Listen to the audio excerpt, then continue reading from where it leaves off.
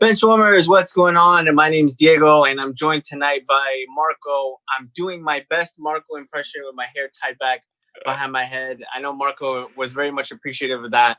I'm joining the fan club. One of the first times that I'm trying to tame a bit of the hair that I have. Marco, you've been doing this for such a long time. What's one of your slick back tips for the tie back look? Bro, just run your fingers through your hair, bro. That's literally anything. As much as I love having my hair long because I've been dying to do it, it's annoying to have it just everywhere. So 90% of the day, you will see me with my hair back, and that's the whole purpose of it. If not, I would just have a short hair. It feels. I mean, it feels strange. It's almost like someone's like pulling my face back. I know I have like a big. It shows how big my head really is. But either way, the reason for the new look is that we have a new look in the league. A lot of movers, a lot of changers, some green arrows, some red arrows. But we're going to get to all of it with a little housekeeping first in mind. You can always catch all of our episodes on Spotify, Google Podcasts, and Apple Podcasts by searching up Benchwarmers FC.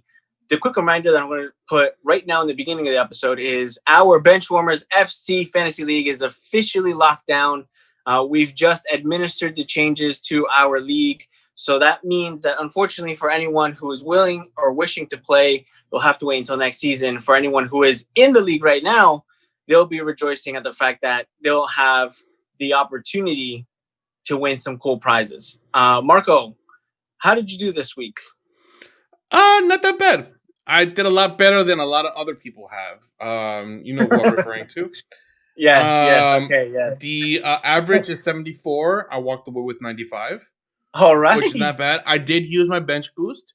I only got 6 points out of my bench boost. So, I mean, it's good. I mean, I could have been better, but I didn't want to take that many hits and risk losing a lot more points than gaining points. So, I only took a hit of 4 to be able to get these 6 points. So, but overall, man, I mean, I think I did all right. I think you did. You finally hit the 1,000-point mark. You have 1,004 for your total on the season. Speaking of everybody else, there is one other person who only scored 64 points. And we see a little update on Gad with a small, albeit red arrow with his 64-pointer. You are now only 57 points. Just under 60 points behind him. So the challenge is still there. Looking at everyone else in our league, in Kepa we trust, first place. He's still keeping the lead, scoring 76 points this week. I would say I had a very nice week myself, scoring 112. I took a 16-point hit to get there. And I played my bench boost, which didn't really go as planned. The Leeds United result really kind of screwed everyone over. I know there's quite a few people that had Leeds players on their bench. Bringing in Chilwell was the saving grace, I think, for my bench boost. I'm not too upset about it. I did decide to take that many hits after I saw a post, and it was circulating quite a bit of one of like the greatest bench boost plays ever done back a couple seasons. I believe it could have been 15-16 or 14-15, I'm not sure, but it had Alexis Sanchez captain with like a massive 52-pointer on that double, and the person ended up with 225 points. Holy shit. And when you can see how many transfers that person has made, and they had made, I think, 5 transfers and took a 20-point hit, and they just still scored over 200.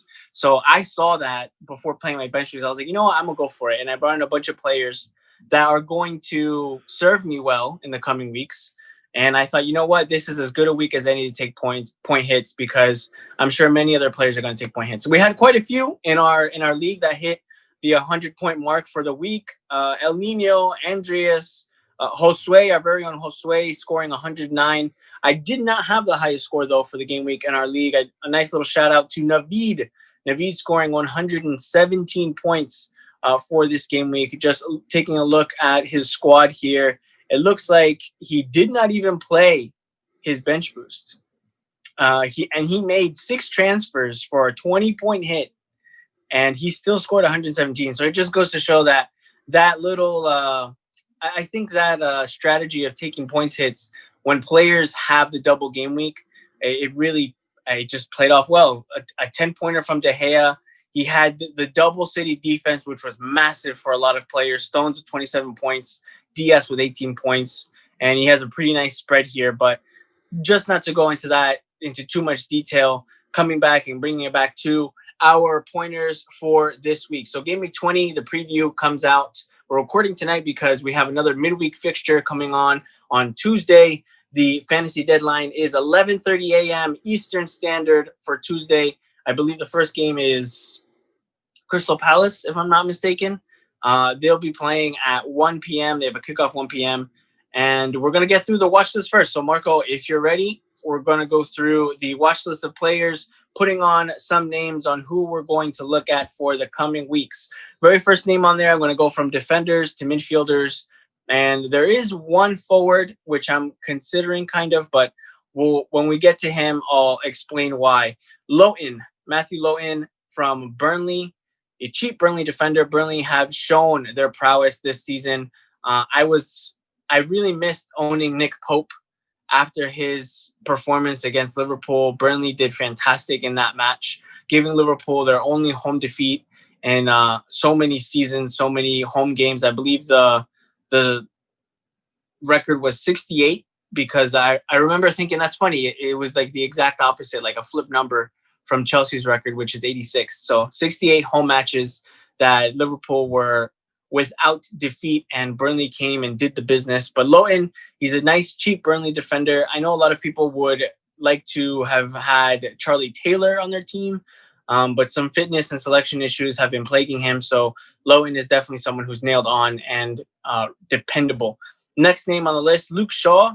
Luke Shaw, I think, is going really much under the radar. I know United have not been known for their defensive performances as of late, but Luke Shaw, his form has been too good to ignore, and he's definitely earned his place at the left back position. And one of the main reasons why I'm bringing him up, other than the fact that he's nailed on for his position, is that he's also cheap. 4.8 million for Luke Shaw. He's definitely someone to look out for maybe in the future in these next coming weeks with some easier fixtures for United. I believe United on the fixture calendar,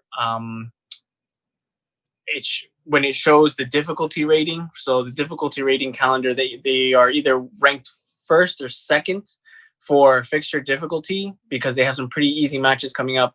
I know they play Arsenal soon, so that's one of the more difficult ones. But other than that, they have some pretty easy fixtures. Next name on the list, Ricardo Pereira on Leicester City.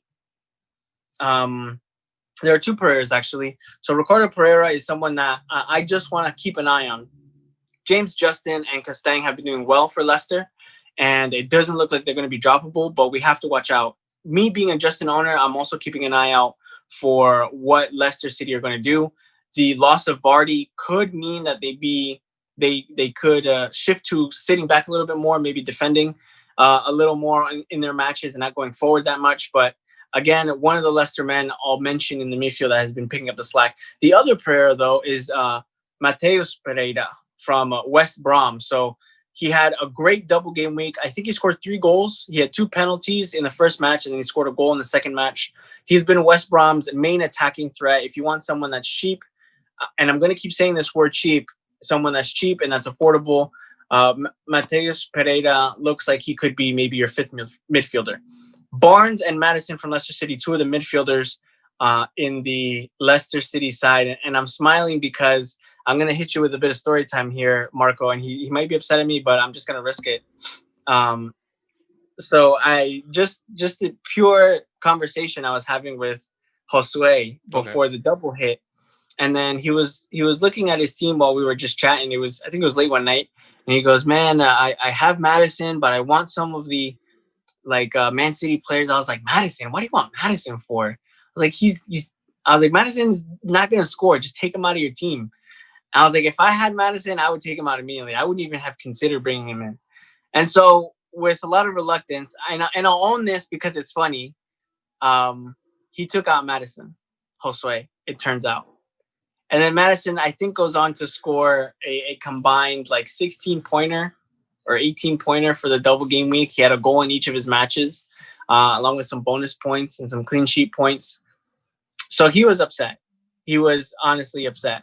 And I think just despite me, Josue did have John Stones from Man City. And I was about to make a case for why keep John Stones and going for Cancelo instead. And he decided to not listen to me there because we were just chatting. And he kept John Stones and ended up getting 27 points from him. So he's been rubbing it in my face for the last few days since this has been a very, very long game week. So, Josue, if you do get to listen to this, I'm not sorry.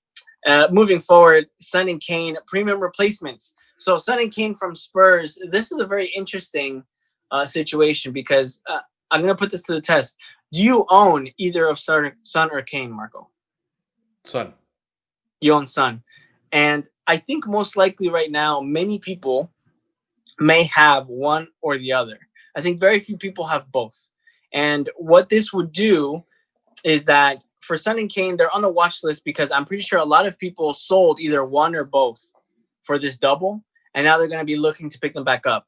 We're looking at the return fixtures now, which we were chatting about that off air, off recording, that now we're going into the return fixtures of what happened earlier in the season. So we're going to see the rematch of Liverpool Spurs, which Liverpool took 2-1. Son scored that game. Fantastic goal, slotting it past Alisson. And man, I think the thing here is if I were to pick one or the other, I would pick Son. I think there's going to be a few games where they might make it difficult for themselves. And I'm talking about Spurs. I believe that everything runs through Son. I know Kane. I've missed out on Kane the whole season. I haven't had Kane at all. I've never owned Kane. And I think I'm doing pretty well. There are some people that have held on to him, and there is a reason to. Their fixtures do get a little bit easier, but just looking at what they're playing and what's right in front of them, they're worth keeping an eye on, but maybe not bringing in. Next two names, actually, I'll run through them really quickly. Gundugun from Manchester City, cheap again. He has 5 goals in his last 6 matches, and he's taking penalties. So he took the last penalty for Man City. It looks like after Raheem Sterling sent it to the Rosette and hit it into the parking lot on his penalty, he is no longer taking the spot kicks. Kevin De Bruyne, we already got the news that he's going to be out for quite a few weeks, maybe even some months. And Gundugan, I think, is someone that you could want to take a swing at and put him in your squad, maybe as a 5th midfielder or someone just to spread your funds elsewhere. And Ross Barkley back from injury. Were you able to watch the Aston Villa game against Newcastle? That was this weekend. I think it was yesterday, actually. It was Saturday. Yeah, I didn't watch it. No, but I did want it to. I just wasn't able to. Yeah, so it was in the afternoon, and Ross Barkley being back on the Aston Villa side, it makes Jack Grealish look that much more effective because Ross Barkley is the player that does all the dirty work. He puts his body in front of everyone. He's big, he's commanding, he's physical. I think Ross Barkley, not only will he be like a good pickup if you want to be very differential, but I think he will bring some sort of form to the rest of the Aston Villa squad. And it showed because Ollie Watkins finally scored after several weeks of not being on the score sheet.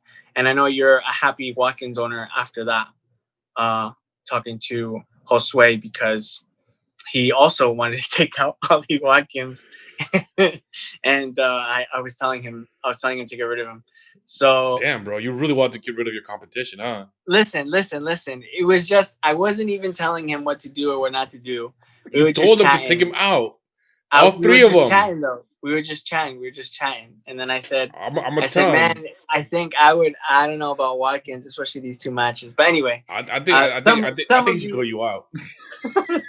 Some of the, again, because you gave me crap for this, before we get to the drop names on the watch list, a quick reminder to everyone that we do have a disclaimer. We have a disclaimer for this podcast, for these fantasy episodes. So I just want to remind all of you that any and all suggestions that we do say on this podcast, either by me or by Marco, are only to be taken as suggestions and not literal as such. Any points, hits, or downgrades in your rank are at your sole discretion and not the responsibility of Benchwarmers FC. Moving forward, some of the drop names on our watch list. Alioski from Leeds United. I think Dallas is still the preferred fullback from Leeds United. Looking at their match that is this upcoming Game Week 20, they do play their return fixture versus Newcastle, which they romped fully and comfortably 5-2. I believe Dallas even scored that match. So if you do have him, or if you're looking for someone on the Leeds team, it would be Dallas, not Alioski. Reece James has been a bit injury prone as of late. I think defensively, Chelsea just haven't been looking it. They had one clean sheet, which Chilwell did benefit from, but then afterwards they just looked shaky. Ivan Cavallero, someone on Fulham, which looked a little bit decent, but I think right now the only two players that are worth considering from Fulham would be Zambo Anguissa and Ademola Lookman from Fulham. And the last one, Che Adams. Poor Che Adams. That guy has a cult following on fantasy Twitter and everywhere else. A lot of people swear by this guy just because he's cheap and they want him to do good and everything. He just hasn't been it, I don't think. And I believe that Ings, once he's back to fitness, I think he's available for selection. But once he hits full fitness and form, he'll be pretty good. So going over to the league and getting you into this conversation a little bit more, Marco, you're looking at your team. What is one area you think you may be able to improve in? And I'm talking about either your forward line, your defensive line, or your midfielders. I mean, as we discussed before we started recording, because of Barty's injury, I really don't know. Even though it says he's going to be back beginning of February, I'm just not 100% sure that's going to be the case. So I do have the chance to get rid of him and bring somebody else in. My problem is I don't know who to bring in. I feel like I'm going towards Ings, but I'm still debating on if it's going to be him or not. I still have until tomorrow. As we know, I most likely will forget, and if I do, I already have Vardy on my bench, so it won't affect me in the game. And I already have worked around my team, so that I still can get all the points I need. But yeah, I need to get rid of Vardy. I just don't know who to bring in for him. Looking at Vardy and looking at his injury, it might be something worth considering. Even if you just take the transfer to hold the funds and maybe upgrade someone else by next week. Again, if you have the free transfer to do it, by all means, consider it. But I wouldn't recommend taking a hit just to get him out right away, especially if, like in your Marco's position, I think it's much better to have a clear idea of who you want to bring into your squad, because I've fallen into the trap of just making a transfer for transfer's sake. Usually doesn't really work out. Exactly. But looking at your bench, you have some good backup with Son. I also see you do have Mitchell in there. Bednarek is also a good defender to have. I think your squad is pretty solid to maybe venture one game week without Vardy being playable. Exactly. And that way you give yourself game week 20 to look at, okay, which of the forwards are actually performing, or can I spread out his value somewhere else on my team? Yeah, I mean, what's it called? We were just discussing it. Calvert-Lewin is back, and he scored a couple goals in the middle of the week for Everton. So that's a possibility. I just don't want to jump on him and grab him now and him not start performing or not perform, because he wasn't performing before he got injured. So I don't want to do it too quickly. I think that I do want to use the points that a smaller player, maybe like Ings, will provide me and will allow me to maybe put those funds into the defense and switch some of the players in there. Nice. And I think that's a sane strategy to use moving forward. One of the notes that I have, getting into our notes section for this episode on Game Week 20, what to do with your Spurs assets. So there are some difficult matches ahead. I already got ahead of myself a little bit by mentioning that they play Liverpool in the return fixture next Game Week 20. And I would keep Son straight up. I'm going to keep it very short and sweet.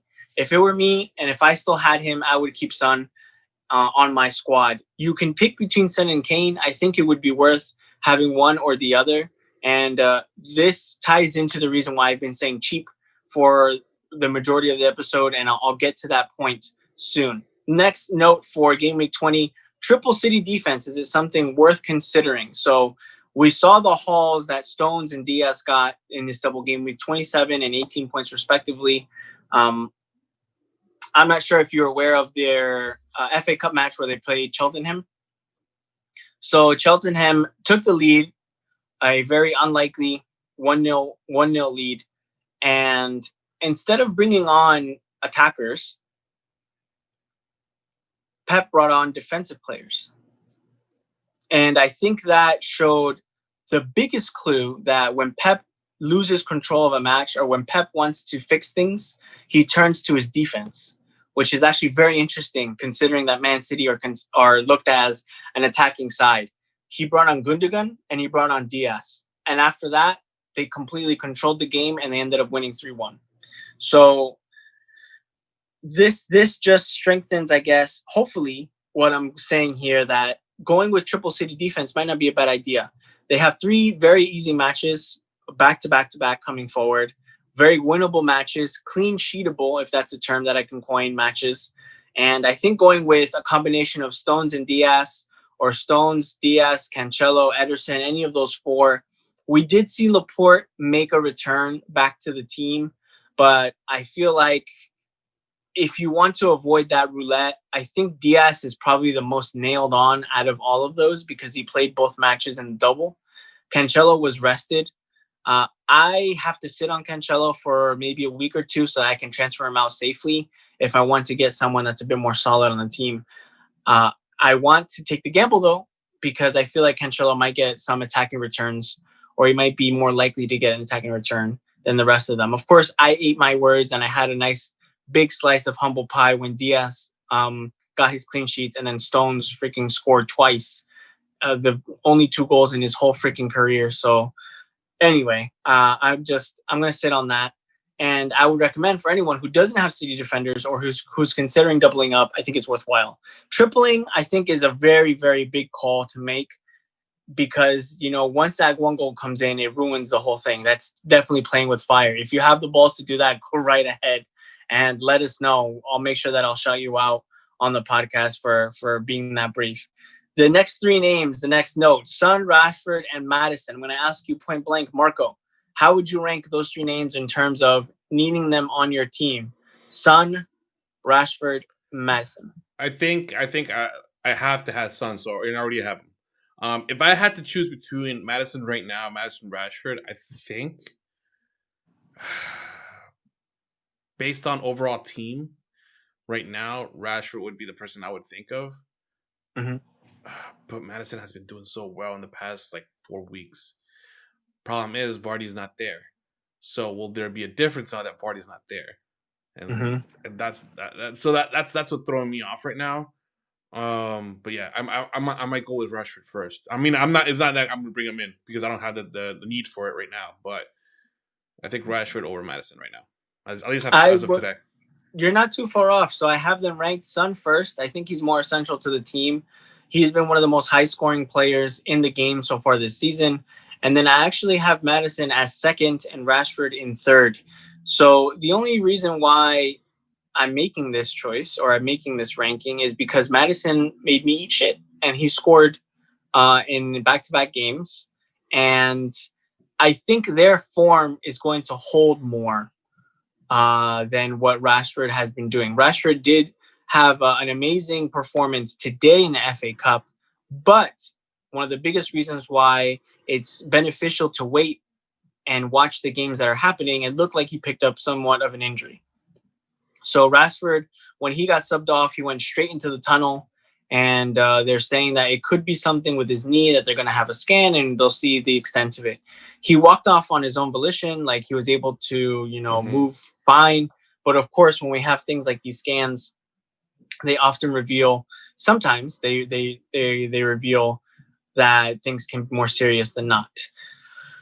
My last point, the reason why I've been chirping up and saying cheap over and over and over during this episode, one thing that I was chatting with Marco before we got on air, I think it's time to have fun with some budget options. And the premiums haven't been scoring very well. So we have Salah and Fernandez, between them combined, scored 16 points. Antonio by himself scored 18. and he just came back. So yes, it could be the fixtures. Yes, it could be the defenders he went up against, the teams he went up against. But you have to make it happen. And although Fernandes and Salah had a great game today, that we're recording on Sunday. Today, recording on Sunday, they had a great game, and in the FA Cup though, so that doesn't really affect things. I think premiums like Fernandes and Salah not doing that great are going to give room to some budget options to do better. De Bruyne being out is a big loss, and he's expensive. Vardy being out, a big loss, and he's expensive. Kane, I'm going to put Kane's name in there. Even though if you want to sit on him, fine, but some difficult matches coming up, he's also expensive. I think spreading out those funds among your defenders and having some fun with some budget options in your midfield. You have players like we had already put up on the watch list, like Gundugun, who's taking penalties. He's only 5.5 million. Shaw at 4.8. We have some of the Aston Villa guys. Southampton have been looking good defensively as well with their performances lately. So I think right now is probably a good time to have some fun with picking some cheap players and just letting them run loose. Captaincy, Marco, who are you looking at for captain in game week 20? So if you want to highlight one or two matches that you think would be good, I think that'd be helpful. And then let us know who you're looking at to give the armband.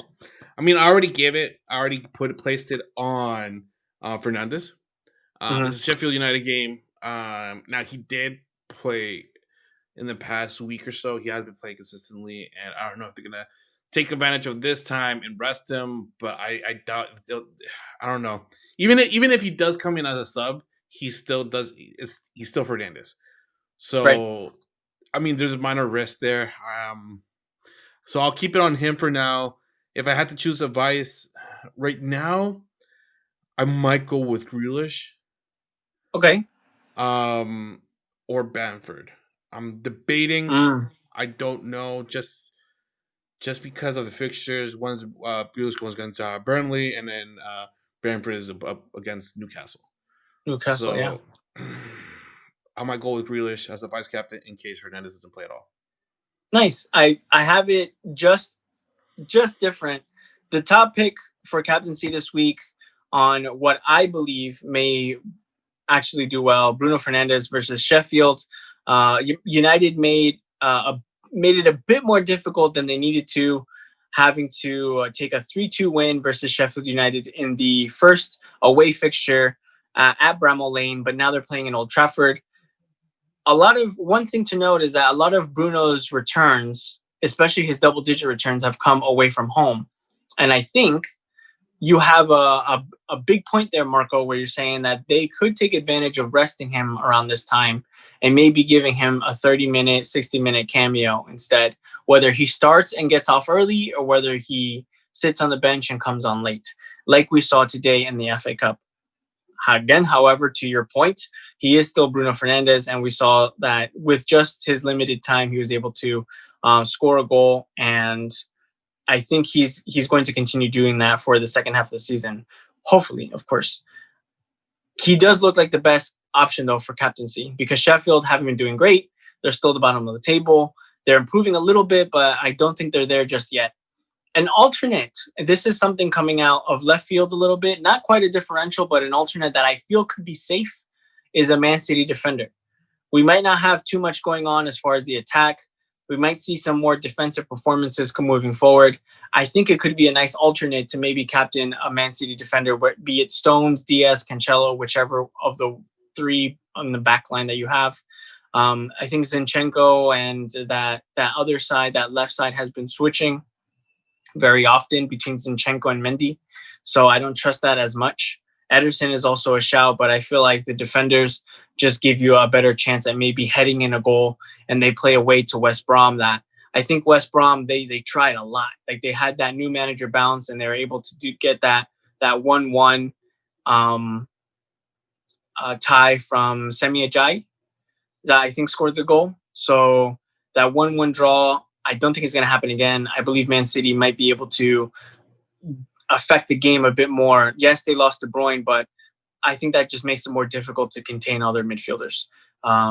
Defensively, though, to their point, Man City have looked strong. I think captaining a Man City defender or making them vice could be a nice alternate. A differential, and we mentioned this already on the episode, a differential would be literally any Leeds player that you could have on your team. The most common is Bamford, but if you have Dallas, if you have Rafinha, if you have Rodrigo, whichever of them, I know there could be some issues with maybe who starts or who doesn't, but Leeds did run wild against Newcastle. And Newcastle looked completely flat in their game this weekend versus Aston Villa. And I just think as far as the attacking, Leeds are just much more, I don't know, I guess aggressive. And them scoring 5 goals, having played them already at home, it just shows that. So those are our captaincy choices for this game week 20. I think that's everything for this episode, Marco. Close. You were close to 100 points, but guess what? You took one hit. You still managed 95. I think that's a win. Anyone else who managed over the what did you say that the average was 70 something? 74 points. I wouldn't be discouraged. If you didn't hit 74 points, if you played your bench boost and you didn't get over 100, I wouldn't get discouraged. Because again, my tagline this season, it's a marathon, not a sprint. The last reminder to everyone that's in our fantasy league, thank you very much for participating so far. And always keep your eyes open for the coming game weeks. With the results this weekend on the FA Cup, there are going to be some more confirmed blanks and doubles. And I think the time to look out for those, if I'm not mistaken, is around game week 26 and 29, that we're going to have a double fixture a game week and then a blank fixture game week where some teams are going to be missing out because of the results for the FA Cup and their responsibilities of playing the next round. Whew. So we got through it pretty quickly.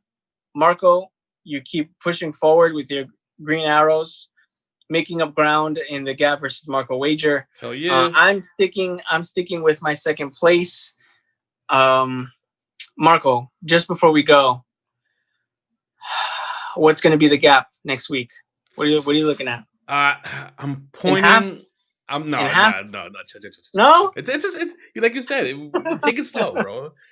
Okay. I'll do between 5 and 10 points. Okay. So at 57 now, I want to say around the 50 to 47 mark. Okay. We'll cut it down by another 10. I think that's reasonable.